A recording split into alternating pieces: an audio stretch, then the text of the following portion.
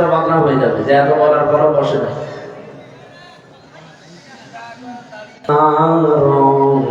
في الطرفين فقد قال الله تعالى في كلامه المجيد وبرهانه التوحيد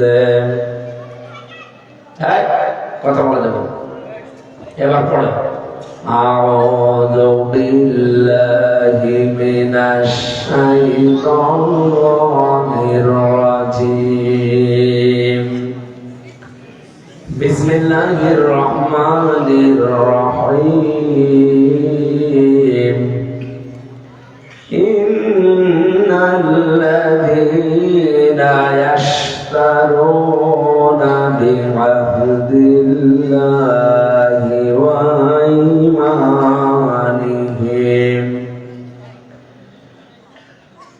بعهد الله وأيمانهم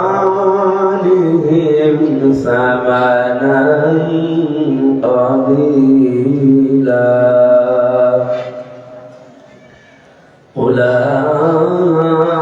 أولئك لا خلاق لهم في الآخرة أولئك لا خلاق لهم في الآخرة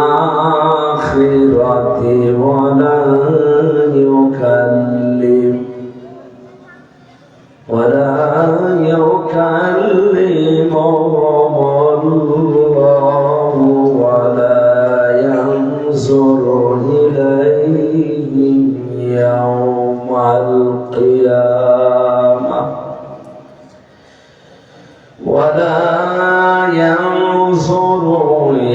إليهم يوم القيامة ولا يزكيهم ولهم عذاب أليم ولهم عذاب عليم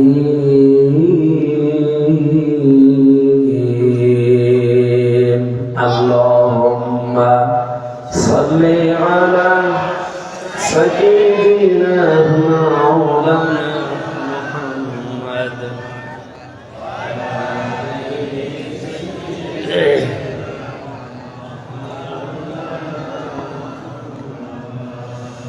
দাও খোদা দাও আমায় আবার ওমার দারাজ দিন দাও খোদা দাও আমায় আবার ওমার দারাজ দিন দাওয়ানের মতো বীর সেনানি জাগাতে নিখিল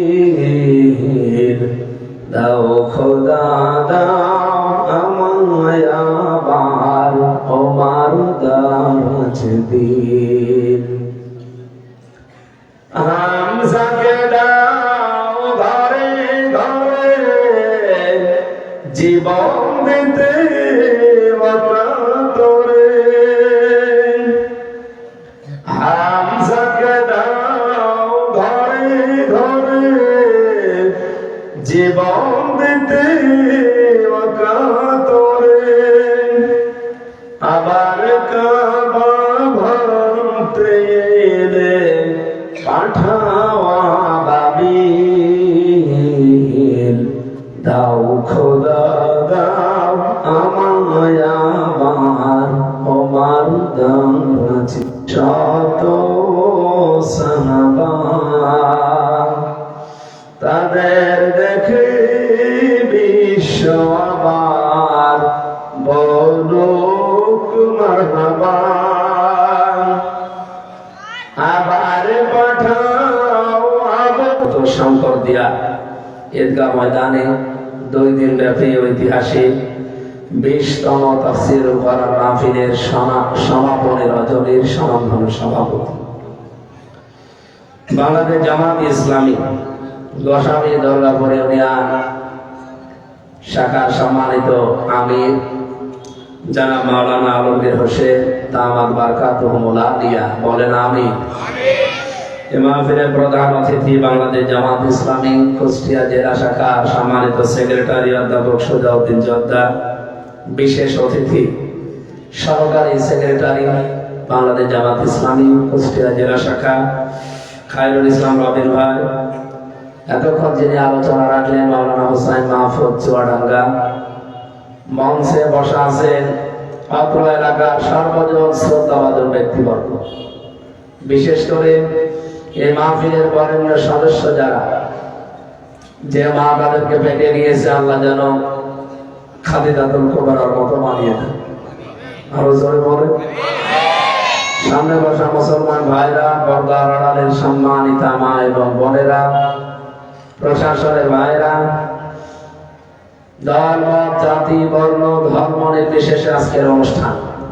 এখানে আমার মনে হয় শুধু মুসলমানরা না, অন্য ধর্মের মানুষরাও এসেছে। আপনি আশপাশে একটু খোঁজ নিয়ে দেখেন, তারা হয়তো দাঁড়িয়ে গল্পের ছলে হলেও কোরআনে কারিম শুনছে। আমি আহ্বান জানাবো, কোরআন যদি আপনি মন থেকে শোনেন, এর ভেতরে আমার সম্মোহনী শক্তি আল্লাহ দিয়েছে, আপনি পরিবর্তন হতে পারবেন। কথা বুঝতেছেন? সুতরাং যারা এসেছি আমরা খুশি হয়ে বলছি আলহামদুলিল্লাহ। এটা গতানুগতিক কোন রাজনৈতিক অনুষ্ঠান না, আমরা যেটাকে মনে করি এটা তাফসীরুল কোরআন মাহফিল লিখেছে, আর আমরা সাবজেক্টও বলে দিয়েছি যে কিয়ামতের কঠিন ময়দানে যেদিন আল্লাহর আরশের ছায়া ছাড়া কোনো ছায়া থাকবে না, 7 প্রকার মানুষকে আল্লাহ রাব্বুল আলামিন তার আরশের ছায়ায় স্থান দান করবে, আর 12 প্রকার মানুষের দিকে তিনি তাকাবেন তো না, কথা বলবেন। এই জন্য আমরা যেন ভেতরে পড়ি না যাই, সেই জন্য আজকের এই মাহফিলে আসা। কয়েকটি আমরা চেষ্টা চালাবো ওখান থেকে কিছু নেওয়ার। কোরআনের কোন আয়াত যদি কেউ বোঝার চেষ্টা করে, ও যদি নাও বোঝে, শুধু চেষ্টা চালায়, আর সময়টা যদি 1 ঘন্টা হয়, মাজলিস ফিকহ নবীদের হাদিস আছে, এমন একটা ফিকহার মাজলিস যেখানে গবেষণা হয়, চিন্তা ভাবনা হয়। এরকম 1 ঘন্টা যদি কেউ ব্যয় করতে পারে, 60 বছর নফল ইবাদত করে দাড়িপাল্লার এক প্রান্তে তুলে দেবে, আর 1 ঘন্টার ইবাদত দাড়িপাল্লার অপর প্রান্তে তুলে দেবে। এই 1 ঘন্টার ইবাদতের দাম আল্লাহর কাছে অনেক বেশি। কেন বলেন তো? কারণ এখানে কোরআন আছে। নবীজি মসজিদে নববীতে প্রবেশ করলেন, ডান দিকে তাকিয়ে দেখলেন কিছু মানুষ কোরআনে কারিম নিয়ে ব্যস্ত আছে, চিন্তা করছে বোঝার জন্য। বাম দিকে তাকিয়ে দেখলেন কিছু মানুষ আল্লাহর জিকিরে লিপ্ত আছে। নবীজি বললেন, 2 দল ভালো কাজে আছে, তবে সবচাইতে ভালো কাজে আছে যারা আল্লাহর কোরআন নিয়ে ব্যস্ত আছে। আল্লাহ পাক আমাকে আদেশ দিয়েছে, কোরআন নিয়ে যারা লিপ্ত আছে আমি যেন তাদের এই মজলিসে শ্রোতা হয়ে বসে পড়ি। কুষ্টিয়াবাসী কি বুঝলেন? এখান থেকে বিশ্বকবির মতো এত বড় মহামানব, আজকে তিনি যদি কুষ্টিয়ার এই শঙ্কর দিয়া এ রাস্তা দিয়ে এখন হেঁটে যেতেন, তিনি কোরআনের আলোচনা এত মর্যাদা এত দাম, তিনি শ্রোতা হয়ে বসে পড়তেন। আমরা যেখানে বসে আছি এই জায়গাটা কত দামি হতে পারে বলেন, যেখানে নবী পর্যন্ত বসে যেতেন। এ কারণে অন্য হাদিসে পেয়েছি, কোরআনের একটা আয়াত বোঝার জন্য মানুষ যদি চেষ্টা চালায়, ও যদি আমল নাও করে, তাও 500 রাকাত নফল নামাজের সওয়াব। তাও যেমন তেমন নামাজ না, কবুল হওয়া নামাজ। আমরা যা নামাজ পড়ি সবই তো কবুল হয়ে যায়। এখানে এমন মানুষ আছে নামাজের ভেতরে বাইরে কয়টা ফরজ ও তাও জানে না, নামাজ পড়ছে। বেশি বললাম? আমার মনে হয় এখানে বহু ভালো মানুষকে জিজ্ঞাসা করলে বলতে পারবে না। অথচ নামাজের ভেতরে যদি কেউ ফরজ বাদ দিয়ে দেয় তার নামাজ কিন্তু আর হয় না, যত সুন্দর করে পড়ুক। কি কথা বলে না? হ্যাঁ, ওয়াজিব আছে 14টা, যদি বাদ পড়ে যায় একটা, আপনাকে জরিমানা দেওয়া লাগবে। কি করা লাগবে? কি? সরসেজদা। তাহলে আপনার নামাজ আবার হবে। সরসেজদা যদি কেউ না দেয়, ওয়াজিবের 14টার একটা যদি ছেড়ে দেয়, কোন নামাজ হবে না। সুন্নাত আছে 12টা। কয়টা? বলেন বলেন। এটা যদি পালন করেন নামাজ পূর্ণাঙ্গ হবে, ছেড়ে দিলে নামাজ হবে না তা না হবে, কিন্তু ফরজ আর ওয়াজিব ঠিক রাখা লাগবে। নামাজ ভেঙে যায়, নষ্ট হয়ে যায় 19টা কারণে, এদের যদি একটা পাওয়া যায় আপনার নামাজ শেষ। 2 রাকাত নামাজ পড়তে আমার এই দৃষ্টিতে কমপক্ষে 60টা মাসলা আমি পেয়েছি। আমার মনে হয় খুব বেশি 5-7টা আমাদের আদায় হয়, বাকিগুলো আদায় করে কিন্তু জানি না। তাহলে 2 রাকাত নামাজ পড়তে বলেন তো কতগুলো নিয়ম নীতি জেনে তারপরে নামাজ, তারপরও কবুল হবে কিনা এটা আল্লাহর ইচ্ছা। কিন্তু নবীজি বলেন কোরআনের এই আয়াত বোঝার জন্য যারা চেষ্টা চালিয়েছে, ও যদি নাও বোঝে, আমল নাও করে আয়াতের উপরে, তাও 500 রাকাত নফল নামাজের সওয়াব আল্লাহ দিয়ে দেবে। যারা আজকের এই আয়োজনে যারা সম্পৃক্ত, তারা কি ভুল করেছে? বলেন বলেন। গতকালকে যিনি ছিলেন সাতক্ষীরা থেকে এসেছিলেন মুহাদ্দিস আমিরুল ইসলাম বেলালী, আল্লাহ রাব্বুল আলামিন তার কথাগুলো আমল করার তৌফিক দেন। ভাইকে আল্লাহ হায়াতে তাইয়্যিবা সিহাতে করলে দান করুন। তাহলে নবীজির এই হাদিস থেকে অন্তত এই মাহফিলের মর্যাদা আমরা হালকা হলেও টের পেয়েছি। টের পেয়েছেন না? আপনারা এত আসতে বললে তো আমি মনে হবে বসবো না। টের পেয়েছি না? তিরমিজি শরীফের হাদিস, মান তাবাআল হুদা বিগাইরিল কুরআন আদাল্লাহুল্লাহ। নবীজি বলেন কোরআন যেখানে নেই, কেউ যদি সেখানে ভালো হওয়ার নিয়তেও যায়, আল্লাহ নিজে দায়িত্ব নিয়ে তাকে খারাপ বানিয়ে দেয়। আন্দাজে ঠিক বললেন না বুঝে শুনে বলেছেন? আমি আবার রিপিট করছি, এদিকে তাকান। যে ব্যক্তি কোরআন যেখানে ছিল না সেখানে গেছে, নিয়ত ভালো ছিল কিন্তু কোরআন ছিল না, আল্লাহ এত রাগ হন, আদাল্লাহুল্লাহ দিয়েছেন। দল্লা শব্দ যদি দিতেন তাহলে বাংলা অর্থ হতো আপনি নিজেই নিজেকে খারাপ বানিয়ে ফেলেছেন। আদাল্লাহ শব্দের বাংলা অর্থ আসে আদাল্লা ইউদিল্লু, বানি ফাআল থেকে এসেছে। এর বাংলা অর্থ দাঁড়িয়েছে আপনাকে আল্লাহ নিজে দায়িত্ব নিয়ে খারাপ বানিয়ে দিয়েছে। কুষ্টিয়াবাসী হেদায়েত দেওয়ার একচ্ছত্র মালিকানা কার? আল্লাহ নবীকে দায়িত্ব দেয়নি, দিয়েছে। বিশ্ব নবীকে আল্লাহ শুধু বলেছিলেন ওমা আলাইনা ইল্লাল বালাগ, আপনি শুধু পৌঁছিয়ে দেবেন, হেদায়েত দেওয়ার মালিক আপনি না। নবীর হাতে যদি আল্লাহ হেদায়েত দিয়ে দিত তাহলে নবীর আপন চাচা হেদায়েত পেত। তার আপন চাচা আবু লাহাব পাথর মেরেছিল হেদায়েত পাওয়ার দূরের কথা।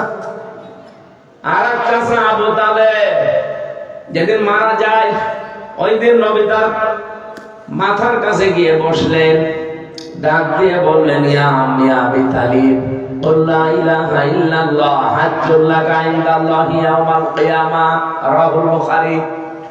হে চাচা, জোরে বলা লাগবে না, আপনি আস্তে করে শুধু আমার কানের কাছে মুখ নিয়ে বলেন যে লা ইলাহা ইল্লাল্লাহ মুহাম্মাদুর রাসূলুল্লাহ বলার দরকার নেই, কারণ আমি যে মুহাম্মদ এটা আমি জানি।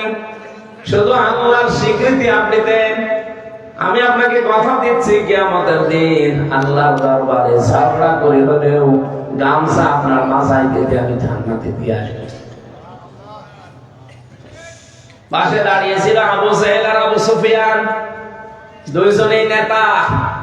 ডাক দিয়ে বলে আপনি আমাদের বড় নেতা, আপনি পড়বেন, সারা জীবন বাপ দাদার ধর্ম মানলেন, এখন এই ভাতিজার নতুন ধর্ম গ্রহণ করে কলঙ্কিত হবে। মানুষ আপনাকে কাপুরুষ বলবে, ভীরু বলবে। এই কথাগুলো শোনার পরে আবু তালেব আর কালেমাটা পড়ে নাই, ডাক দিয়ে বলে, ভাতিজা আমারে মাফ করে দিও, আমি এই কালেমা পড়তে পারলাম না। বলেন তো মাফ করার মালিক কি নবীজি না আল্লাহ? আরো জোরে বলেন,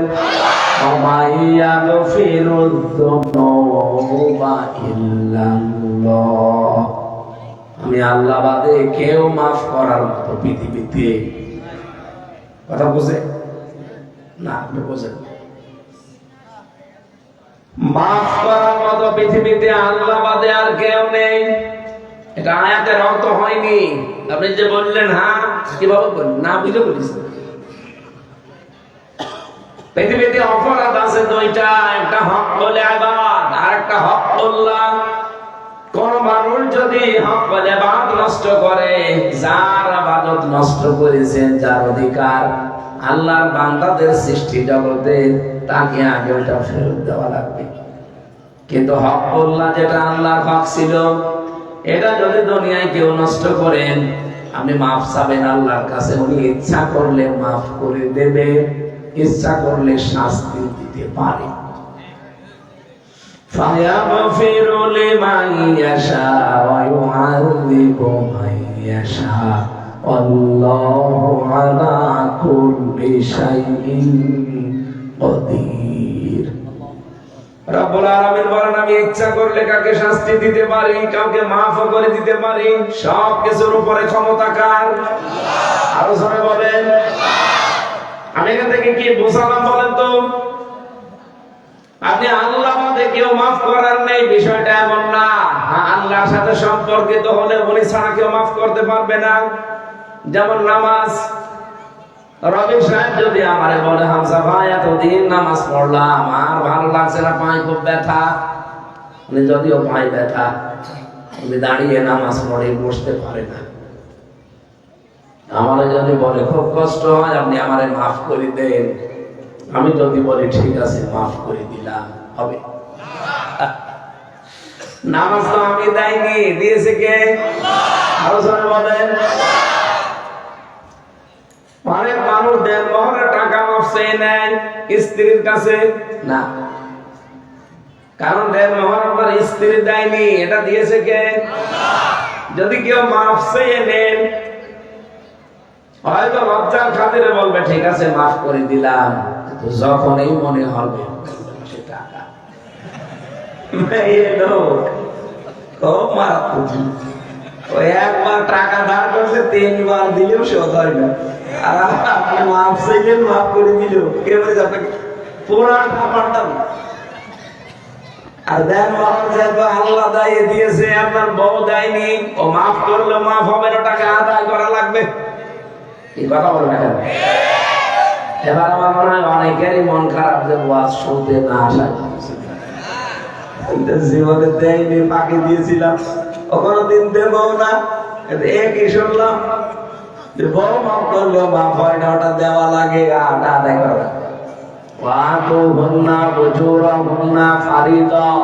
দেন মোহরের টাকা আদায় করা কি? আরো জোরে বলেন। আল্লাহর বিধান, আল্লাহ মাফ করলে উনি ওইটা মাফ করে দেবেন, কিন্তু আমাদের সাথে যেটা সম্পর্কিত, এটা যত পর্যন্ত আমি মাফ না করব, আল্লাহ বলেন আমিও মাফ করব না।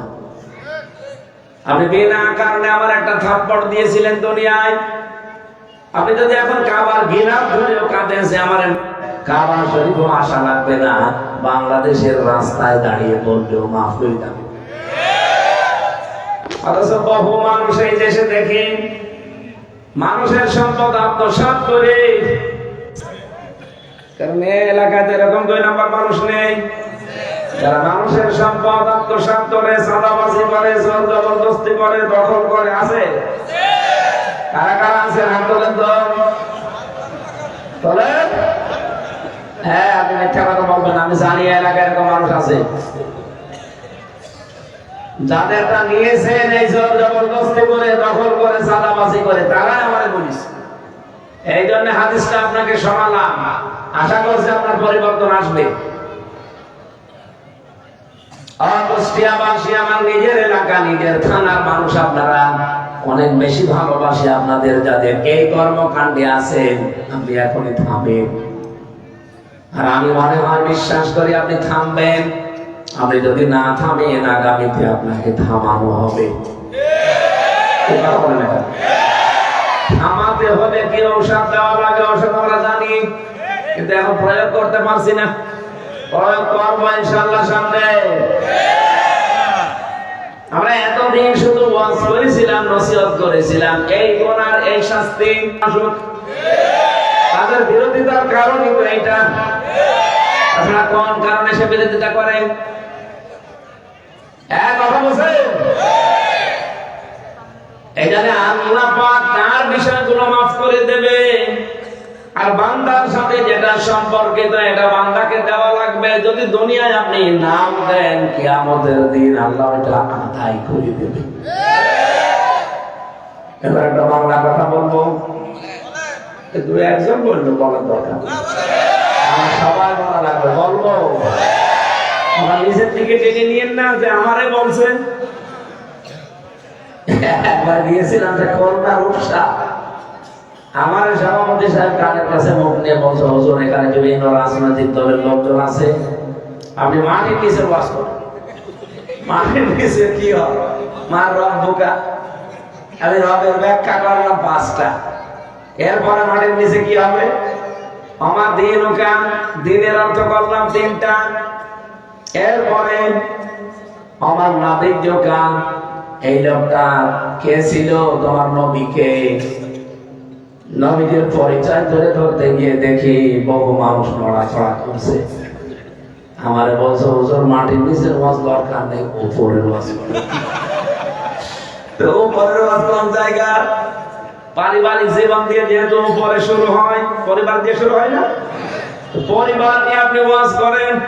স্বামী স্ত্রীর ভেতরে যে গন্ডগোল হয়, কেন হয়, আপনি এই কথা বলবেন কোরআন হাদিস দিয়ে, যেন কারো গায়ে না লাগে। ঠিক আছে, সূরা নিসা 34 আর 35 নাম্বার আয়াতটা পড়লাম, তাফসীর আকারে কথা বললাম যে এই কারণে পরিবারে গন্ডগোল হয়, আর এটা মেটাতে হয় এই ভাবে।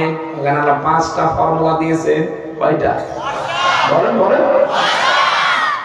পারিবারিক জীবনে কেন গন্ডগোল হয়, এটা মেটাতে হয় কি করে? আমার চাইতে আপনার চাইতে যিনি বানিয়েছেন উনি ভালো জানে না, উনি ওই ফর্মুলাগুলো দিয়েছে, আমি এটা বললাম। সবাই কিনা কম বেশি খুশি, সভাপতি মুখ বেচার করে আছে, কথা বলে না। কি গো, আবার রাতের বেলা খাবার ওনার বাড়িতে গেছি, খাবার খেতে দেখছি মুখ বেশ করে আছে, কালো মানুষ এমনি এরপরও কালো। আমি আর কেউ বললাম, কি আপনি কথা বলেন না? হুজুর আমার স্ত্রীর সাথে আমার গন্ডগোল হয়েছিল দিনের বেলা, আপনি জানলেন কি করে? আমি কি করে জানবো? না, আপনি যা যা বললেন সব আজকে আমার হয়েছে। আমার সাথে আপনাকে কেউ বলে দিয়েছে। বলেন কে বলেছে? কেউ বলেনি, আল্লাহ বলেছে। আল্লাহ বলেনি? 1500 বছর আগে উনি বলেছে যে এই কারণে গন্ডগোল হয়। এখন যদি কেউ তার ভেতরে পড়ে যায়, এ দোষ আমার না আল্লাহ? অবশ্য আল্লাহ। এদিকে এটা আবু সরকার, আল্লাহর ভুল আছে, নিজের দোষ স্বীকার করতে পারেন না।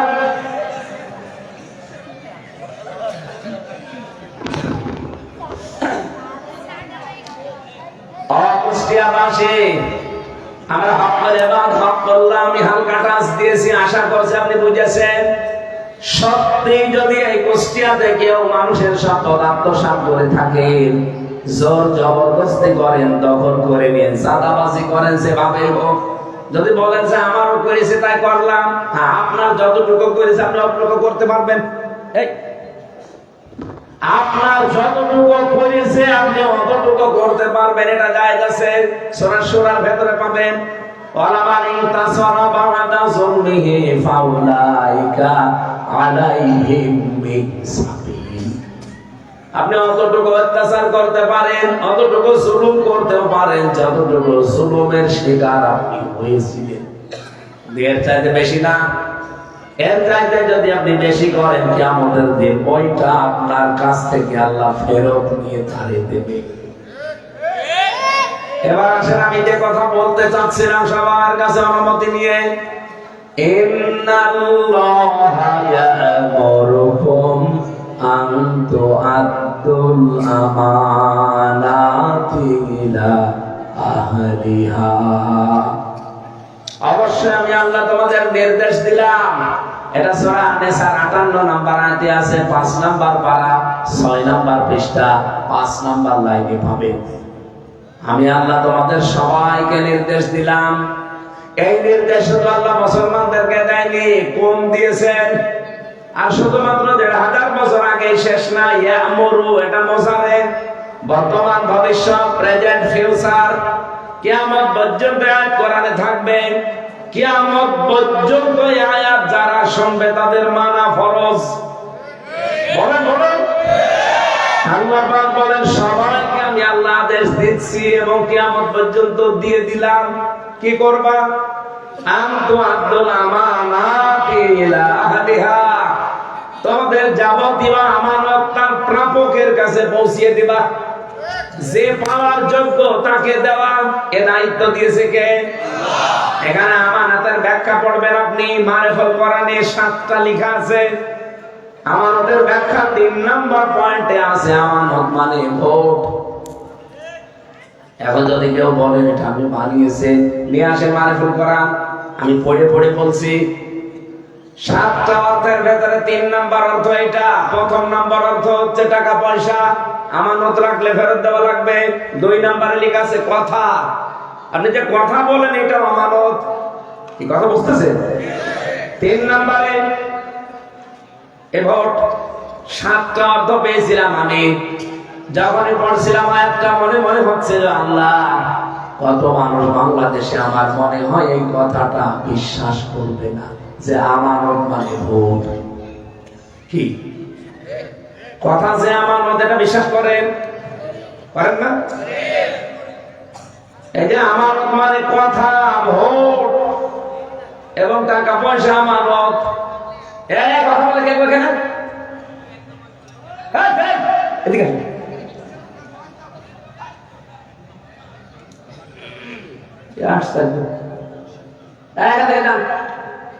কথা বলা যাবে না, যারা শুনতেছে শুনতে দেন। কুষ্টিয়াবাসী, আমি আমার ইমান থেকে কথা বলছি। আল্লাহ রাব্বুল আলামিন এই যে একটা কথাকে আমানত বললেন কেন? মুফাসসির আয়াতের বিজ্ঞান ভিত্তিক তাফসীরে পড়েছি, একটা কথা তৈরি হতে এই কণ্ঠ দেশের ভেতরে কমপক্ষে 27টা স্তর পার করা লাগে। আমাদের কয়েক ইঞ্চি জায়গা গলা, এই কণ্ঠনালী থেকে এক একটা কথা যখন আপনি মনে করেন যে বলবো, 27টা স্তরে ধাক্কা লাগে, তারপরে কথা একটা তৈরি হয়ে বের হয়। বিজ্ঞান এখন জানাচ্ছে যে 27টা জায়গা, আর একটা জায়গাও যদি অকেজ হয়ে যায়, আপনি সারা জীবন শুধু গোঁগা করবেন, কথা বলতে পারবেন না। এত বড় একটা নিয়ামত, সেখানে সেখানে মানুষ ব্যয় করে, যা ইচ্ছা তাই বলে। একটু চিন্তা করেন, এই কথাটা আমার নিয়ামত, আমার 27টা স্তর পার করে এটা তৈরি হচ্ছে, আর প্রতিটি স্তরে একজন করে ফেরেশতা বসে আছে। একজন আরেকজন আরেকজন আরেকজন এভাবে দিতে থাকে। 27 নম্বর জায়গায় যে কথাটা একজন ফেরেশতা বের করে দেয়, এটা আমানত। মানুষ যদি বিশ্বাস করতো, আন্দাজে যা তা বলতো না। তার দোকানে বসলে মানুষের ঠিক থাকে না মাথা, এমন গেজানো গেজায় মনে হয় ওর মতো মুফাসসির এই দেশে আসবে। এরকম গেজানো মানুষ নেই তো? হাত করে তো দেখি, ওই যে এদিকে আসে, আপনাকে গেজাচ্ছি। গেজানো গেজায় না, আমি হাসির জন্য বলছি। নিয়ামত এটা, এই নিয়ামতের কদর করা লাগবে আমাদের। মাল সম্পদ যারা নিয়ামত মনে করেন না, বিশ্বনবী নিজের জামাই হযরতে আলী রাদিয়াল্লাহু তাআলা আনহুকে বলেছিলেন, তুমি আমার এই বিছানার উপরে শুয়ে পড়ো, ওই কাফেররা আমার ঘরের চারিদিকে ঘিরে ফেলেছে, অথচ ওদের নিজেদের নেতাকে ওরা বিশ্বাস করে না। আমার মোহাম্মদ, আমার নামটা আল-আমিন আস-সাদিক ওরা দিয়েছে, এই নামের উপরে ওরা আমার কাছে আমানত রেখে গেছে যে টোপলা টোপলা বাঁধা আছে, এগুলো সব ওদের। আমি আজকে আল্লাহর বিধান মতো চলে যাচ্ছি, হিজরত করছি, সকালবেলা ওরা যখন এসে আমাকে পাবে না, তোমাকে পেলে এই মালগুলো ঝাড় ঝাড় তার কাছে পৌঁছিয়ে দিও। আমাদের দায়িত্ব সম্পদ মাল কি গুরুত্বপূর্ণ মনে করেন? নিজের জীবন নিয়ে টানাটানি। বিছানায় রাখলে কোপ দিয়ে শেষ করে ফেলবে, জানার পর নবীজি নিজের আপন জামাইকে রেখে যাচ্ছে, আমানতের দায়িত্ব পালন করা লাগবে। বাংলাদেশে ১৬২৮ জন মানুষ দায়িত্বে আছে। এই মানুষগুলো যদি আমানতকে এইভাবে মানত, আল্লাহর কসম এই দেশের মানুষের অভাব থাকতো। আমাদের তো গরিব দেশ না, পৃথিবীর বহু দেশের চিত্র আমি পড়েছি, আমি নিজে গেছিও। বাংলাদেশের যাতে বহু গরিব দেশ পৃথিবীতে আছে, 257টা দেশ আছে তামাম পৃথিবীতে। আমাদের চাইতে কমপক্ষে 100টার উপরে দেশ আছে গরিব দেশ, কিন্তু তারা দাঁড়িয়ে থাকে, আমরা দাঁড়াতে পারি না। কারণ একটাই কারণ, ওই সমস্ত দেশের চাইতে আমাদের দেশে চোর বেশি। আমাদের দায়িত্ব মানুষ পালন করে না, কেউ করতে গেলে তারা টিকে থাকতেও দেয় না। কথা বোঝেন? একজন যদি একটু চেষ্টা করে যে আমার ওদের দায়িত্ব আমি পালন করবো, কারণ সিয়ার আমার কাছে আমানত, পারে না, এমন ঠেলা দেয় যে সিয়ারের পায়া পর্যন্ত ভেঙে যায়। তো বুঝেছি বললেন না, তাহলে ঠিক বললেন।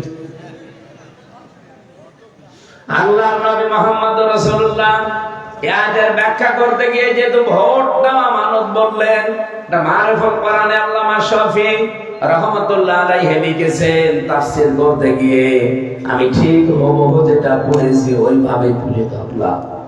এখন যে প্রাপক আছে, যে যোগ্য আছে, তাকে আপনি এটা পৌঁছিয়ে দেবেন। আমি ওপেন বলছি, বাংলাদেশ জামাত ইসলামী যেহেতু আমি নিজে করি, আমি নিজেও একজন নমিনি, আমার নিজের জন্য না, সারা বাংলাদেশের জন্য আমি চ্যালেঞ্জ দিলাম, বাংলাদেশ জামাত ইসলামীর চাইতে যদি এদেশে সৎ এবং যোগ্য মানুষ পাওয়া যায়, আপনাকে আমি অনুমতি দিয়ে গেলাম তাকে ভোট দেবেন। যদি পাওয়া না যায়, তাহলে সৎ এবং যোগ্য লোক আপনার এই ভোটে আমানত পাওয়ার অধিকার তার। আপনি যদি এটা না দেন, দুনিয়ায় যেহেতু তার প্রাপককে দিলেন না, কিয়ামতের দিন এই হক আল্লাহ কিন্তু আদায় করে ছাড়বে। কিভাবে আদায় করবে? যে লোকটাকে তার আমানতটা দেননি, ভোট দেননি, কিয়ামতের দিন আপনার নেকি থেকে আল্লাহ তাকে দিয়ে শোধ করাবে। আমার মনে হয় এই কথা জীবন জাকির ভাই বিশ্বাস করবে না। আপনি ডাকবেন, বলবেন না এটা রাজনীতি, ওনাকে কোরআন শরীফ গুনিয়ে খাওয়াবো, তারপর বিশ্বাস করবে না। কিন্তু আপনিও ওনার মতো অবস্থা বুঝে শুনে বলেন কথা। আমার মনে হয় এই 2-3 জন না, সবার বলা দরকার ছিল যে কোরআনের ব্যাপারে আমরা সবাই একমত, 100% বিশ্বাস করি। কারা দেখি লিল্লাহি তাকবীর, এটাকে কাজ করে দিকে দেখেন।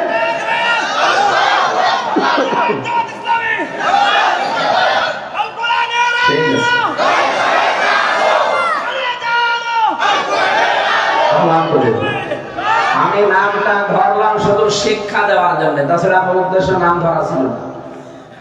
আমি এই যে আমানতের যে নামগুলো বলছি, এগুলোকে সব বানালাম এখন। বলেন বলেন, এটা কিছু মানুষ মনে করে না, মনে হয় এখানে এসে বানায়। হাদিসের বাণী ছিল কি,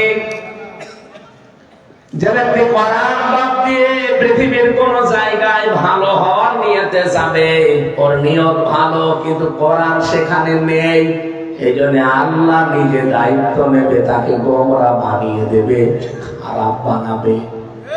এই হাদিসটা কত বাস্তব বলেন তো। বাংলাদেশের প্রমাণ আছে হাজার হাজার। এই যে লালনের মাজার আমি নাম ধরে বলছি, এখানে কিন্তু বিদেশ থেকে মানুষ আসে, বাংলাদেশের বিভিন্ন জেলা থেকে যারা আসে, কেউ খারাপ হওয়ার নিয়তে আসে না, সবাই ভালো হওয়ার নিয়তে আসে। কি কথা বলেন? আপনি ওই পঞ্চগড় থেকে, রংপুর থেকে, সেই নীলফামারী থেকে যারা বউ ছেলে মেয়ে বেটার বউ পর্যন্ত নিয়ে চলে আসতেছে, আপনি যে দেখবেন হাজার হাজার মানুষ চলে আসে। একজনকে জিজ্ঞাসা করে যে এখানে এসেছেন কি, বলে এখানে আল্লাহ বলি আছে। লালন যদি আল্লাহ বলি হয়, আল্লাহর গলি কোনটা? সারা জীবন তার গাঁজা, তার জীবনে পড়ে দেখেন। সারা বাংলাদেশের একটা নিরাপদ জায়গা গাঁজা খাওয়ার, এই জায়গাটা সারা বাংলাদেশের কোন জায়গায় গাঁজা খেয়ে দেখেন পুলিশ ধরে জেলে দিয়ে দেবে। অথচ লালনের মাজারে একমাত্র নিরাপদ জায়গা, পুলিশ পাহারা দিয়ে গাঁজা খাওয়ায়। সেখানে আল্লাহর ওলি হয় কি করে? অথচ মানুষ যারা আসে কি খারাপ নিয়তে আসে না ভালো নিয়তে? ভালো নিয়তে আসলে কি ভালো হয়?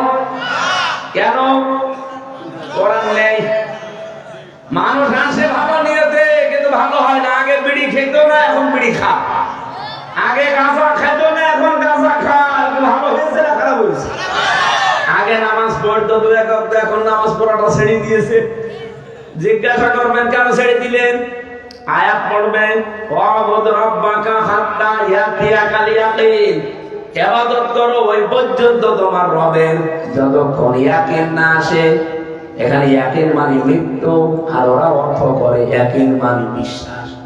এজন্য বিশ্বাস আমার খুব বেশি হয়ে গেছে, এজন্য নামাজ পড়ি না। ওই আবুল সরকার মতো অর্থ করে, কুল আউযু বিরাব্বিন নাস, মালিকিন নাস, ইলাহিন নাস। আল্লাহ নাস তো শুধু কোরআনের অর্থ উলট পালট করে। আমি কি বোঝালাম আপনারা বুঝেছেন? কোরআন যেখানে নেই ওখানে ভালো হওয়ার নিয়তেও গেলে আপনাকে খারাপ বানিয়ে দেবে হামজা। আরো জোরে বলেন। তাহলে আজকে সিদ্ধান্ত নেওয়া লাগবে, এই প্যান্ডেলের নিচে অন্তত যারা বানিয়ে দেবে কে? আল্লাহ আমাদেরকে হাদিসটা মেনে চলার তৌফিক দেন। যারা হাত তুললো, আমি সারা বাংলাদেশে যেভাবে হাত তুলিয়েছি হাদিসের উপরে, এদেশে তো কোনো বেঈমান থাকার কথাই না। কারণ আজকের মানুষ হালকা, কিন্তু এরকম লক্ষ লক্ষ মানুষ আমি পাই বাইরের জেলায়। বলেন তারা সব এক বাক্যে হাত তোলে, যে দলে কোরআন নেই সে দলের বাবা আমার নাইতে হলেও আমি সে দলে নেই। এই দেশে কোরআন বাদ দিয়ে অন্য কোন দলে থাকায় তো অন্তত আর লোক পাওয়া যাবে না। তারপর লোক আছে না নেই? বলেন বলেন, তারা কি আমরা? হ্যাঁ ঠিক আছে, বলছেন না, এটা বুঝে শুনে বলছি। দরুদ সালাম পড়ে আমরা এবার আরম্ভ করছি আজকের তেলাওয়াতকৃত আয়াত সূরা আলে ইমরান ৭৭ নম্বর আয়াত পড়েছি। আমার আলোচনার বিষয় মনে আছে? কি বলে? এই কি মাইক বারবার এদিকে চলে যায়, এত বারবার চলে গেলে হয়? আওয়াজ থাকলে বাড়িয়ে আছে, আওয়াজ আমার গলা ভেঙে যাচ্ছে। আপনি আওয়াজ কমিয়ে রেখেছেন, এদিকে আসে আসে। আজকে যে বাড়ি খাবার খেলাম, ওরা বলছে কালকে আমি মাইকের আওয়াজ শুনতে পাচ্ছিলাম, আজকে ওই লোক মনে হয় আওয়াজ কমিয়ে দিচ্ছে। এখন আওয়াজ বেরিয়ে গেছে। সূরা আলে ইমরান 200টা আয়াত আছে, 20টা রুকু আছে। একটা মাত্র আয়াত পড়েছি। আমার মাথার ভেতরে আয়াত সম্পর্কে যত কথা আছে, আমি 12টা বিষয় শুধু নোট করেছি। তাও আসার সময় আজকে আমি হালকা হালকা দেখছিলাম। রব্বুল আলামিন জানিয়েছেন 12 শ্রেণীর মানুষ বা 12 প্রকার মানুষকে কিয়ামতের দিন আমি আল্লাহ তাদের দিকে তাকাবো না, কথাও বলবো না তাদের সাথে। এত কঠিন অবস্থা হবে, আল্লাহ নিজে তাকাবে না, তার সাথে কথা বলবে না। বলেন তো আপনার সাথে যদি এটা হয়, আমার সাথে যদি হয়, অন্তত এই 12 প্রকারের ভেতরে আমি কি থাকতে চাই? এই মুহূর্তে আমি বের হয়ে যাবো যদি থাকি। কোন সূরা জানো? আলে ইমরান। বলেন বলেন, আয়াত নাম্বার ৭৭ নাযিল হয়েছে মক্কায়। রব্বুল আলামিন ঘোষণা দিচ্ছেন এবার, ইয়া ইন্নাল্লাযীনা ইয়াশতারুনা বিআহদিল্লাহি ওয়া আইমানিহিম সামানান কলিলা। ইন্না মানে নিশ্চয়, আল্লাযীনা মানে যারা, ইয়াশতারুনা ক্রয় করে, বিক্রয় করে, নিশ্চয় যারা ক্রয় বিক্রয় করছে, করবে, বিআহদিল্লাহ আল্লাহর সাথে কৃত অঙ্গীকার, ওয়া আইমানিহিম এবং তাদের শপথ, শপথ সমূহ, সামানান কলিলা অল্প মূল্যে। নিশ্চয় যারা আল্লাহর সাথে কৃত অঙ্গীকার এবং শপথ সমূহ বিক্রয় করে দেয় অল্প মূল্যে, উলাইকা, উলাইকা শব্দের বাংলা অর্থ এই মানুষগুলোই। ইসমে ইশারা এটা। আল্লাহ পাক মনে হচ্ছে ইবি থানার কুষ্টিয়া জেলার এই শঙ্করদিয়া ঈদগাহ ময়দানে যারা বসে আছে তাদেরকে এভাবে আঙ্গুল দিয়ে দেখাচ্ছে, উলাইকা এই মানুষগুলোই, লা খালাকা লাহুম ফিল আখিরাহ এদের জন্য আখিরাতে কোনো অংশ আর বাকি নেই। কি বুঝলেন এখান থেকে? আল্লাহর সাথে কৃত অঙ্গীকার, ওয়াদা এবং তার যে শপথগুলো ছিল, এই শপথ যারা দুনিয়ায় বিক্রি করে দিয়েছেন, এইদিকে তাকান, এই শপথ যারা বিক্রি করে দিয়েছে অল্প মূল্যে, আল্লাহ বলেন তাদের জন্য আখিরাতে কোনো অংশ আর বাকি নেই। ওয়ালা ইউকাল্লিমুহুমুল্লাহ, কিয়ামতের দিন আমি আল্লাহ তাদের সাথে কথা বলবো না। ওয়ালা ইয়ানসুরু ইলাইহিম ইয়াওমাল কিয়ামাহ, এমনকি আমি আল্লাহ নিজে কিয়ামতের দিন তাদের দিকে আর তাকাবো না। ওয়ালা ইউযাক্কিহিম, আমি আল্লাহ কিয়ামতের দিন তাদের পবিত্র করব না। আল্লাহু আযাবুন আলীম, তাদের জন্য যন্ত্রণাদায়ক শাস্তি রেডি করে রাখলাম। বলেন নাউজুবিল্লাহ। এটা বাংলা অর্থ গেল। এবার আসেন আমরা তাফসীরে যাচ্ছি। আল্লাহ তাআলা গ্যারান্টি দেওয়ার জন্য ইন্না দিয়েছেন আয়াতের আগে। ইন্না, আন্না এরকম 12টা শব্দ আছে।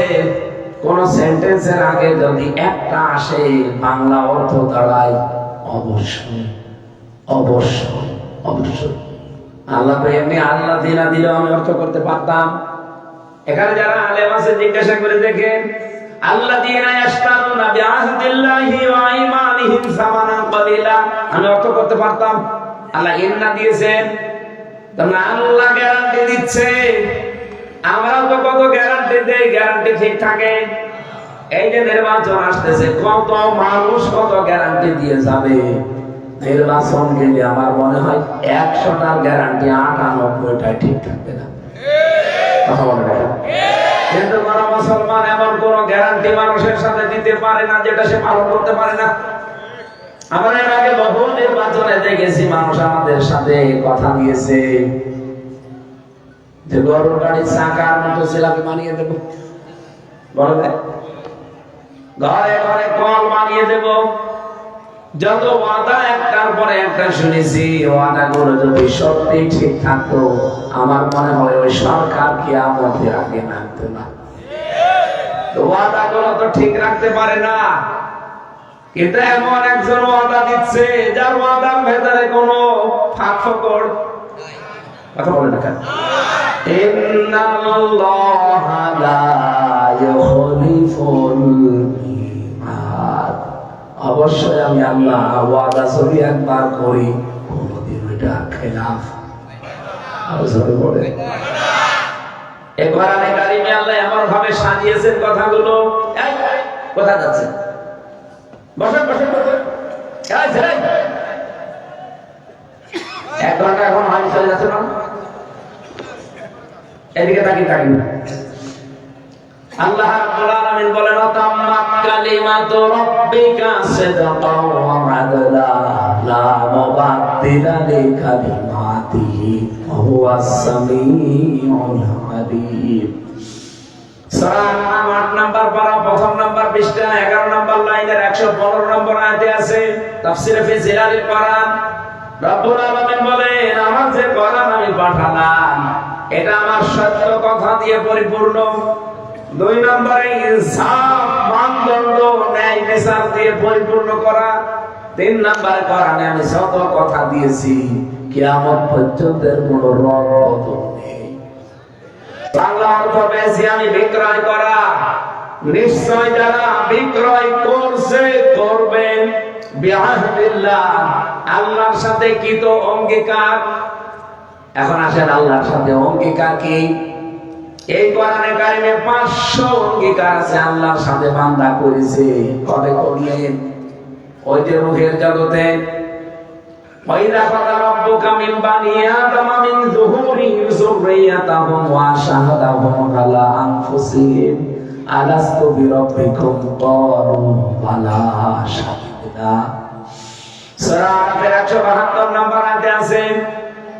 এটা 9 নম্বর পারা, 16 14 নম্বর পৃষ্ঠা না 12 নম্বর পৃষ্ঠা, 3 নম্বর লাইনের 172 নম্বর আয়াতে পাবেন। আল্লাহ বলেন স্মরণ করো ওই সময়ের কথা যখন আমি আদমের পৃষ্ঠদেশ থেকে তার সন্তানগুলো সব বের করে নিয়ে আমার সামনে রাখলাম। আমি আল্লাহর সামনে দাঁড়িয়ে বললাম, আমি কি তোমাদের রব না? যত রূহ ওই জায়গায় ছিল, আদমের সব সন্তান আমরাও ছিলাম, সবাই আমরা এক বাক্যে বলেছি ক্বালু বালা, অবশ্যই আপনি আমাদের রব। আল্লাহ বলেন শাহিদনা, সাক্ষী থাকলাম শুধু আমি না, এই যে ফেরেশতারা এরাও। আনতা কুলু ইয়াউমাল কিয়ামাতি ইন্না কুননা আন হাযা গাফিলিন। কিয়ামতের দিন আমি কিন্তু এই সম্পর্কে আবার জিজ্ঞাসা করব। তখন বলো না যে আমি জানতাম না, আমি গাফেল ছিলাম, এই জন্য এই ওয়াদা নিয়ে নিলাম। বলেন তো আল্লাহর সাথে যে ওয়াদা আমরা করেছি, আল্লাহ আমাদের রব, শুধুমাত্র আমরা নাম বলি নাই, বালা বলে গ্যারান্টি দিয়েছি অবশ্যই আপনি আমাদের রব। এই গ্যারান্টি দুনিয়ায় এসে যারা মানতে পারেন না, রাখতে পারেন না এই ওয়াদা, এই অঙ্গীকার, তাদের দিকে আল্লাহ তাকাবে না, কিয়ামতে কথাও বলবে না। ওয়া ইমানিহিম সামানান কলিলা, আল্লাহর সাথে শপথ করেছিলেন যে বিষয়গুলো দিয়ে, এই শপথগুলো যারা দুনিয়াতে অল্প মূল্যে বিক্রি করে দিয়েছেন। আল্লাহর সাথে শপথ কি? রব্বুল আলামিন শপথ নিয়েছেন এই পৃথিবীতে মিথ্যা কথা বলা যাবে না, এটা আল্লাহর সাথে মাতার শপথ। দুনিয়ায় এসে শপথ কত মানুষ অল্প কিছু টাকা পয়সা পেলেই বিক্রি করে দেয়, দিয়ে মিথ্যা আশ্রয় দেয়।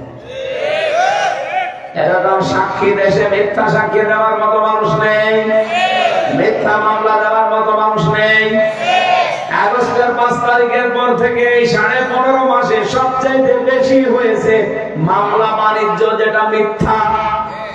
এই কথা বলেন, এর আগে হয়েছে 15.5 বছরে, কিন্তু এই 15 মাসে একেবারে 180 মাইল বেগে চালিয়েছে অনেকে।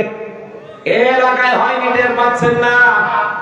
কুষ্টিয়ার অন্য এলাকায় খোঁজ নিয়ে দেখেন, অনেকে মনে হচ্ছে যে মামুর বাড়ি পেয়েছে, যা পায় তাই খায়। বাবা শাহজালাল, কুত্তা বিড়াল সব হালাল। এখানে আল্লাহর সাথে যতগুলো শপথ করেছিলেন, এই শপথগুলো পৃথিবীতে আমরা টিকিয়ে রাখতে পারলাম না, অল্প কিছু মূল্য পেলেই বিক্রি করে দেই। কোরআনে কারিমে আল্লাহ ধমক দিয়েছেন, ইন্নাল্লাযীনা ইয়াশতারুনা ইন্নাল্লাযীনা ইয়াকুলুনা আমওয়ালাল ইয়াতামা যুলমান ইন্নামা ইয়াকুলুনা ফি বুতুনিহিম নারা ইন্নাল্লাযীনা ইয়াকতুমুনা মা আনজালাল্লাহু মিনাল কিতাবি মা আনজালাল্লাহু মিনাল কিতাবি ওয়া ইয়াশতারুনা বিহি সামানান কলিলা। নিশ্চয় যারা গোপন করছে আল্লাহ যা নাযিল করেছে তার কিতাবের ভেতরে। এদিকে তাকান, একবার বাংলা অর্থ, এটা সূরা বাকারার 174 নম্বর আয়াত। নিশ্চয় যারা গোপন করছে ভবিষ্যতেও করবে, আমি আল্লাহ যা নাযিল করেছি মিনাল কিতাবি, আমার কিতাবের মধ্যে, ওয়ায়াশতারুনা বিহি সামানান কালিলা, এবং অল্প কিছু মূল্য পেলে এই কোরআনের সেই কথাগুলো জানার পরও তারা বিক্রি করে দেয়। কথা বুঝতেছে? উলাইকা মা ইয়াকুলুনা ফি বুতুনিহিম ইল্লান নার, এই মানুষগুলো কি করে আপনি জানেন? পেটের ভেতরে এই কোরআনের হক কথাগুলো গোপন করার মাধ্যমে যে হাদিয়া তওফা পায়, এগুলো হাদিয়া তওফা না, সবগুলো জাহান্নামের আগুন। ওই আমি নিষেধ করেছিলাম তার সাক্ষী যেন সে বিক্রি না করে, তার ভোট যেন সে বিক্রি না করে। সাক্ষী, ভোট, রায়, সমর্থন, আমানত সবই এক জিনিস। এই যে সুপারিশ, সাফায়াত, সাক্ষী, ভোট, আমানত, সমর্থন, রায়, এগুলো সব এক জিনিস। এগুলো যারা দুনিয়ার ধনস্বার্থ পেয়ে বিক্রি করে দিয়েছে, এই বিক্রি করে যে টাকা পয়সা পেয়েছে, চা খেয়েছে, বিড়ি খেয়েছে, একটাও দুনিয়ার খাবার না। আল্লাহ বলেন জাহান্নামের আগুন। ফি মানে মধ্যে, বুতুন মানে পেট, হিম মানে তাদের, নার মানে আগুন। তারা তাদের পেটের ভেতরে জাহান্নামের আগুন ছাড়া কিছুই দেয় না। ওয়ালা ইউকাল্লিমুহুমুল্লাহ, আমি এই ধরনের মানুষের সাথে কিয়ামতে কথা বলবো না। এখানে সাক্ষীর বিষয়ে খুব সাবধান। আমি আশা করছি বোঝাতে পেরেছি। ভোট কিন্তু শুধু ভোট নেয় না, একটা সাক্ষী। আপনি এই সাক্ষী জালদার দিতে পারেন না, এক কথা বলেন না। আল্লাহ বলেন ইয়াউমাল কিয়ামা, কিয়ামতের দিন আমি কথা তো বলবোই না। ওয়ালা ইউযাক্কিহিম, তাদেরকে পবিত্র করব না। ওয়ালাহুম আযাবুন আলীম, আমি আল্লাহ বলছি তাদেরকে কঠিন যন্ত্রণাদায়ক শাস্তি দেব। আল্লাহ যদি বলেন কঠিন যন্ত্রণাদায়ক, এটা যে কত কঠিন হতে পারে আমার মাথায় ধরবে না। এর ব্যাখ্যায় একটা তাফসীর আমি পড়েছি, এটা আযাবুন আলীম কাকে বলা হয় জানেন? কোন মানুষকে আল্লাহ যদি শাস্তি দিতে চায়, বারবার এই শরীরের চামড়াগুলো তুলবে, আবার নতুন চামড়া লাগাবে, আবার তুলবে, আবার লাগাবে। প্রশ্ন হতে পারে বারবার চামড়া লাগাবে, তুলবে, কারণ কি? কারণ তোর শাস্তির তীব্রতা যেন বাড়ে। 2 নম্বরে মানুষের বুকের ভেতরে ফাঁকা করবে, বাম হাতের ভেতর দিয়ে ঢোকাবে, পেছন দিকে বের করবে, পেছনের হাতের উপরে কিছু একটা দিয়ে বলবেন সামনের দিকে টান দে। এটা তাফসীরে মারিফুল কোরআনে আছে। সামনের দিকে টান দিলে বুকের ভেতরে যা আছে সব ভাঙতে ভাঙতে বের হয়ে আসবে। এটা জাহান্নামের একেবারে সর্বনিম্ন শাস্তি থেকে শুরু। আপনি বলেন তো ভয়ঙ্করটা কত কঠিন হতে পারে? এমনিতে আযাবুন আলীম আল্লাহ দেয়নি। আর কুষ্টিয়াবাসী, আমি আবার বলছি, আল্লাহর সাথে কৃত অঙ্গীকার এবং যে শপথগুলো আমরা করেছি সবগুলো আল্লাহ তার কোরআনে কারিমে বর্ণনা দিয়েছে। একটা শপথ যেন জীবনে আমরা বিক্রি না করি, আল্লাহর কোন শপথ যেন আমরা ভঙ্গ না করি। কথা বলে ঠিক? সামানান কালিলা আছে, অল্প মূল্য হলো করে ছেড়ে দেয়, অথচ তামাম দুনিয়া দিয়ে দিলে একটা মিথ্যা সাক্ষী দেওয়া যায় নেই। এটা আমি বানালাম, সূরা আরাফের ভেতরে আছে। তামাম পৃথিবী যদি কেউ তোমাকে দিয়ে দেয়, তাও একজনের বিরুদ্ধে মিথ্যা সাক্ষী দিও না। কিয়ামতের দিন এটার জন্য 70টা শাস্তি পাওয়া লাগবে। ওই মিথ্যার মানুষেরা আল্লাহ বলেন কিয়ামতের দিন আমি আল্লাহ যেহেতু তার দিকে তাকাবো না, তার মানে আমার রহমতের দৃষ্টি তার দিকে যাবে না, আর আমি তার সাথে কথাও বলবো না। এবার আমি তাফসীরের নোটটা শোনাচ্ছি যে 12 প্রকার মানুষের নাম পেয়েছি। কথা আল্লাহ বলবেন না, তাকাবেন না। তার 1 নম্বরে যারা মা বাবার অবাধ্য সন্তান। এ দুনিয়ায় নেই? বহু মানুষ আমরা অবাধ্য হয়ে যায় পরিবারে, মার বাবার। এর 1 নম্বরে কারণ সন্তান কোনোদিন চায় না মা বাবার অবাধ্য হতে, কিন্তু বাধ্য হয় তার বড় কারণে। এরকম বড় আছে কার হাত ধরেন তো? ওটা তো বিশাল সাহস। একজন আছে, ঠিক আছে, তাহলে 1 নম্বর পাওয়া গেল। একজন আছে এর দিকে আল্লাহ তাকাবেও না, কথাও বলবে। হ্যাঁ, কথা বলেন না কেন? আমি মানিয়ে বলছি, এই যে একজন আছে। 2 নম্বরে পরিবারে অশ্লীলতা দেখে যারা চুপ থাকে, এরকম মানুষ দিন দিন বাড়তেছে। যুবতী মেয়ে কলেজে যাচ্ছে অর্ধউলঙ্গ হয়ে। অর্ধউলঙ্গ তো বলে কি পরিয়েছেন আপনি? এরকম পোশাক পরে আপনি ছেড়ে দিলেন, কত মানুষ তার দিকে তাকিয়ে জেরা গোনা করে। এই যে অশ্লীলতা পরিবারে চলছে, এগুলো দেখে যারা চোখ থাকে, কিয়ামতে আল্লাহ তার দিকে তাকাবে না। ওয়ালা ইয়ানজুরু ইলাইহিম ইয়াওমাল কিয়ামা ওয়ালা ইউযাক্কিহিম, পবিত্র করবে না, আলাদা কথা বলবে না, তার সাথে তাকাবে না। 3 নম্বরে যারা নারী হয়ে পুরুষের রূপ ধরে বা পুরুষের মতো আচরণ করে। অনেকে হিজলা সাজতেছে আজকে, অথচ হিজলা না। আপনি রাত 12টার পরে এখন যে জেলা স্কুলের সামনে যান কুষ্টিয়া, দেখেন বসে আছে আল্লাহ বলে। আপনারা যদি 2-3টা পিটানি দেন, ও কিন্তু ঠিক হয়ে যাবে।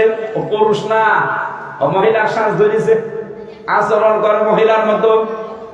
এই ব্যাখ্যা থেকে একটা পরিষ্কার জানা যায়, কোন মানুষ যদি পুরুষ হয়ে নারীর পোশাক পরে, পুরুষ হয়ে নারীর পোশাক, নারী হয়ে পুরুষের পোশাক ধরে, তাহলে আল্লাহ পাক তার দিকে কিয়ামতে তাকাবে না।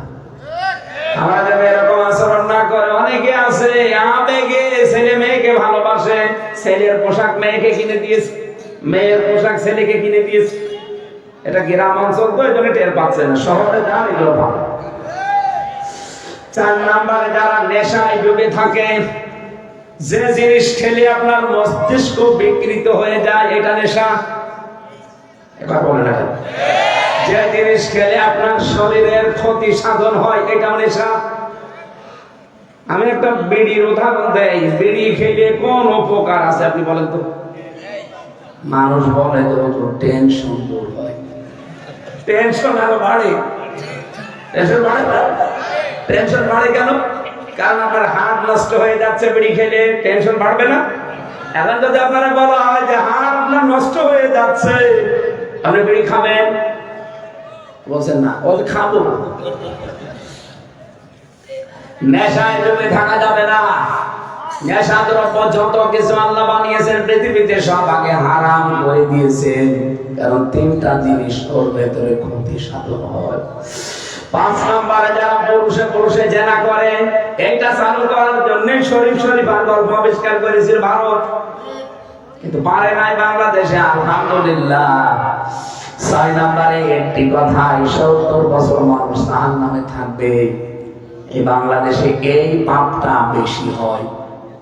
কিছু জানে না একজনের ব্যাপারে, আন্দাজে এক কথা তার ব্যাপারে চালিয়ে দিল, ফেসবুকে দিয়ে দিল, ইন্টারনেটে। কত মানুষ এই কথা শুনে আগা নেই মাথা নেই, বিশ্বাস করি, তারপরে খারাপ ধারণা করে। আপনার জন্য যে ফেসবুকে হাজার লক্ষ মানুষের লোকটাকে খারাপ ভাবে, অথচ ওই লোকটা ওই কাজ করে নাই। আপনি একটা কথা বলে, একটা কাজ করে 70 বছর জাহান্নামে থাকবেন। এগুলো কি বাংলাদেশে নেই? আরো যারা বলেন। 7 নম্বরে পেয়েছে যারা টাকলোর নিচে অহংকার করে পোশাক পরে, এটা করবে না ভাই। টাকলোর নিচে লুঙ্গি হোক, পায়জামা হোক, ইজার হোক, প্যান্ট হোক, উপরে পরা লাগবে। মাসফালামিনাল কাবাইনি মিনাল ইজারি ফিন্নার। 8 নম্বরে যারা উপকার করে মানুষকে লজ্জায় ফেলে, এটা বাংলাদেশে বেশি। আমি বাইরের দেশে এটা পাই না। উপকার করলে ওর জীবনে স্মরণ করায় না, আর এই দেশে যদি একটু উপকার করে মানুষের সামনে তারা লজ্জায় ফেলে দেয়। 9 নম্বরে বেশি মিথ্যা কথা বলে যারা ব্যবসা করে, এটা দেশে নেই। সকালবেলা খাবারটা কিনেছে অথবা পণ্যটা কিনেছে 80 টাকা কেজি, মিথ্যা কসম করে বলছে 90 টাকা কিনা, আমার 2 টাকা লাভ দিলে আমি ছেড়ে দেবো, অথচ কিনেছিল 80 টাকা দিয়ে। এমনিতে লাভ আছে 10 টাকা, তারপর আবার 2 টাকা। এরপরে 10 নম্বরে পেয়েছি যে কোনো বিষয় নিয়ে যারা অহংকার করে, যে কোনো বিষয়ের অহংকার আপনাকে ডুবাবে। যেটা আমরা বড় দল করে দেখলাম, খালি অহংকার করতো, এত ডোবানো ডুবিয়েছে। এখন তাদের দলীয় প্রধান যে ভারপ্রাপ্ত, সেই দেশের ভোটারও না, আর ভোটার হওয়ার সুযোগ নেই। কি করবেন এত অহংকার করে? আপনার পয়সা মরবেন। বড় দল করে চিল্লাচ্ছিলেন, আপনাদের আসল যে সে এখন ভোটার না। আল্লাহ না করুক নির্বাচনের আগে যদি ম্যাডাম মারা যায়, বলে আমার ছেলে তো আর আসতে পারবে না, আসলেও ভোটার হতে পারবে না, কারণ সময় শেষ। গত 3 দিন আগে আমরা গিয়েছিলাম নির্বাচন অফিসে, নেই বসে না, আর ভোটার হওয়ার সুযোগ বাংলাদেশে কারণ নেই, ভোটার হওয়ার সুযোগও নেই, এমনকি এক জেলা থেকে আর এক জেলায় এসে ভোটার হবে সেই সুযোগও নেই। কি করলেন? দলটা পুরো ডুবিয়ে দিলেন। কে হবে আপনার প্রধানমন্ত্রী এখন বলেন? একজন বলছে আমি হব, আমি হব মানে একে আগ বাড়িয়ে নেওয়ার জিনিস নাকি? আপনি হবেন বললেই হলো সারা দেশের মানুষ ওই দলে তারা আছে মেনে নেবে। নমিনেশন একজনকে দেওয়ার কথা তারে না দিয়ে অন্যজনকে দিয়েছে, তাই মশাল মিছিল করে। আর প্রধানমন্ত্রী আপনি পাগল হয়ে যাবেন। অথচ আজকে হবিগঞ্জে আমি দেখলাম বাংলাদেশ জামাত ইসলামী থেকে এতদিন পর্যন্ত প্রচারণা সব চালিয়েছে। এই দেখেন আজকের তথ্য, আমি কি বানিয়ে বলছি না, আজকের তথ্য দেখেন বাংলাদেশ জামাত ইসলামী থেকে, এটা হবিগঞ্জের তথ্য, এটা হবিগঞ্জ মাধবপুর চোনারঘাট, হবিগঞ্জ 4, সাংবাদিক অলিউল্লাহ নোমান, ওনাকে জামাত ইসলামী বাংলাদেশ নমিনেশন দিয়েছে আজকে। অথচ এতদিন পর্যন্ত যে লোকটা প্রচারণা গণসংযোগ সব করেছে, এই যে আমরা যেমন করছি, আজকে হঠাৎ করে কেন্দ্র থেকে বলেছে তোমার আর দরকার নেই, তুমি বসে যাও, আমরা এই লোকটাকে দিলাম। একটা চিল্লা পাল্লা নেই, মারামারি নেই, কোনো মিছিল নেই, মিটিং নেই। সঙ্গে সঙ্গে যিনি ছিলেন তিনি লিখেছেন আলহামদুলিল্লাহ আমি এই লোকটার পক্ষে আছি। বাংলাদেশের কোনো একটা দল দেখান, আমি এক্ষুনি সেখানে যাব বলে, একটাও নেই। জামাত ইসলামী বাংলাদেশের অনেক দুর্বলতা আছে বিভিন্ন সাইডে, থাকতেই পারে মানুষ হিসাবে, কিন্তু পারফেক্টটা 100% না। আমি গ্যারান্টি দিতে পারি 73টা দল বাংলাদেশে কাজ করছে রাজনৈতিক অঙ্গনে, জামাতের উপরে এখন কোন দিক থেকে কেউ এগিয়ে যেতে পারে না, পারবেন না সামনে। কারণ এদেরকে এমন ধাপে তৈরি করা হয়, দুনিয়ার মোহ বলে আছে সব শেষ।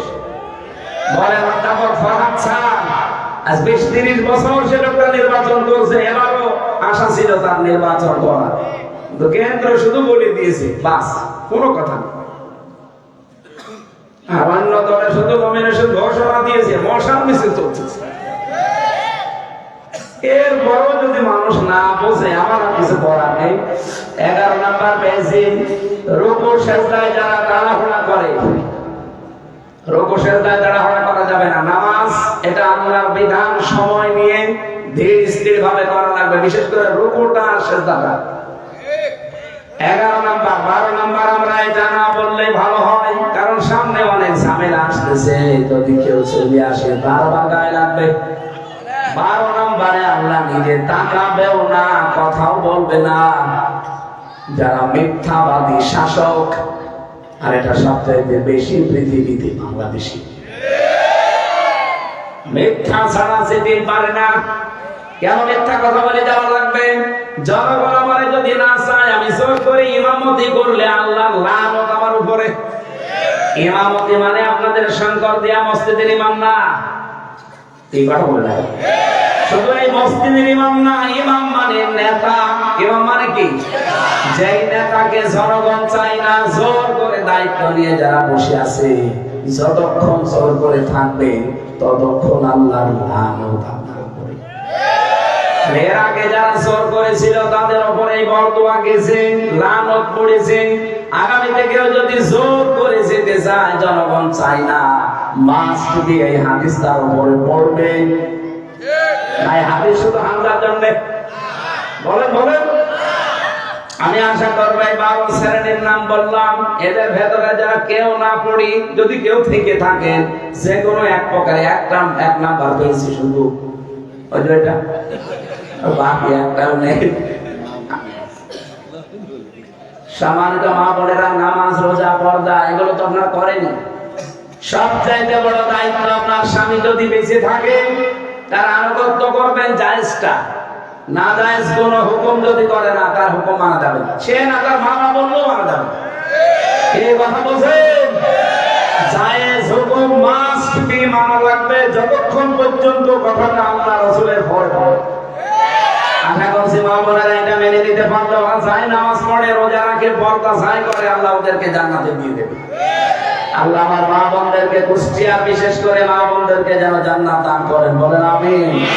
এই 12 প্রকার মানুষ আল্লাহর কাছে অভিশপ্ত। আল্লাহ বলেন কিয়ামতে তাকাবো না, কথা বলবো না, আমি নজর দেব না। আল্লাহ তুমি আমি সহ প্রত্যেককে বেঁচে থাকার তৌফিক দাও। 11:30 এখন সকালবেলা থেকে আমাদের মধ্যে অনুষ্ঠান শুরু, আর শীতের রাত তাহাজ্জুদের নামাজের পরে এরপরে ফজরের নামাজ। আমরা তাহাজ্জুদের নামাজে অভ্যস্ত হব। আজকের মতো শেষ করলাম। আগামীতে আপনার আশপাশে থাকলে আপনারা যারা শিক্ষিত মানুষ এসেছেন এই বইটা নিয়েছেন আপনার পরিবারে মেয়ের জন্য, মার জন্য, আদর্শ নারী।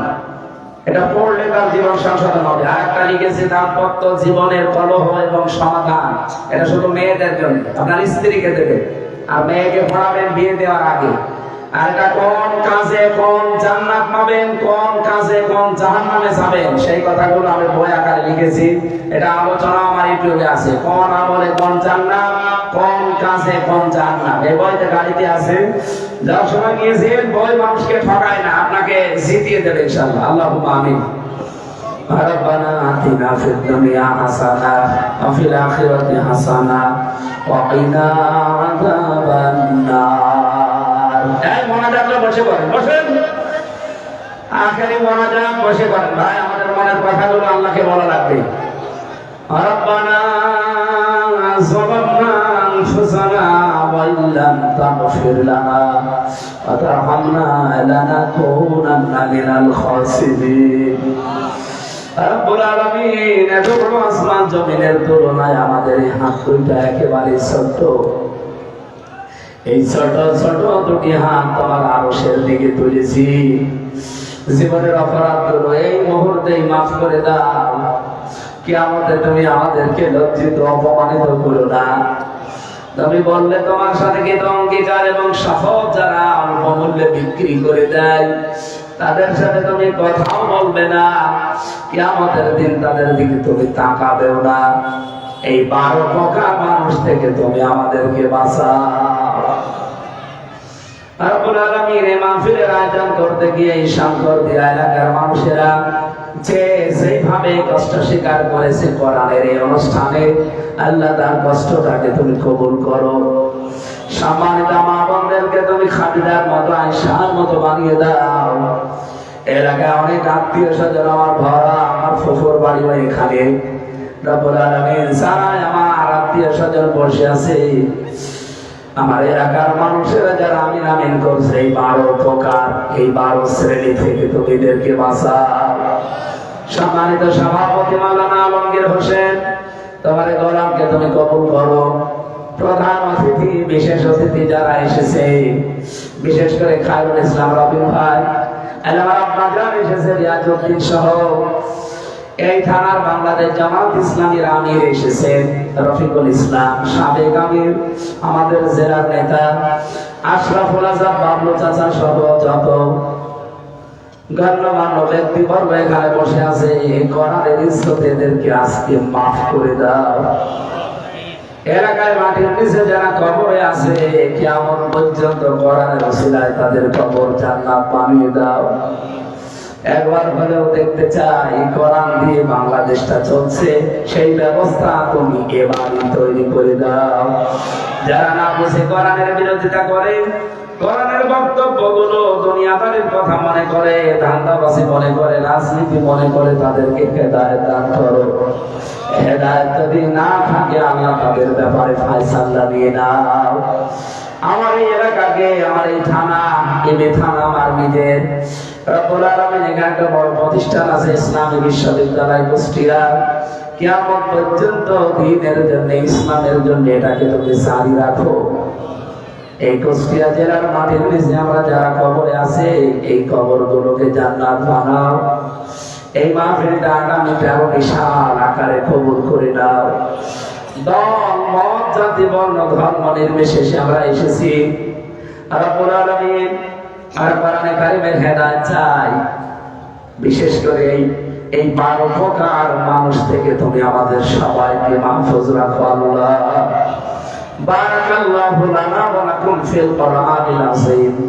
কখন কার কাছে মরণ চলে আসে জানি না, যখনই আসবে কোনো চিন্তা নেই, মরতে আমাদের আল্লাহ আমরা মরতে চাই কিন্তু তাহাজ্জুদের নামাজের শেষ অবস্থায় কোরআনে কারীম তেলাওয়াত করা অবস্থায় আমরা মরতে চাই। যখন এই শেষ সময় এসে যাবে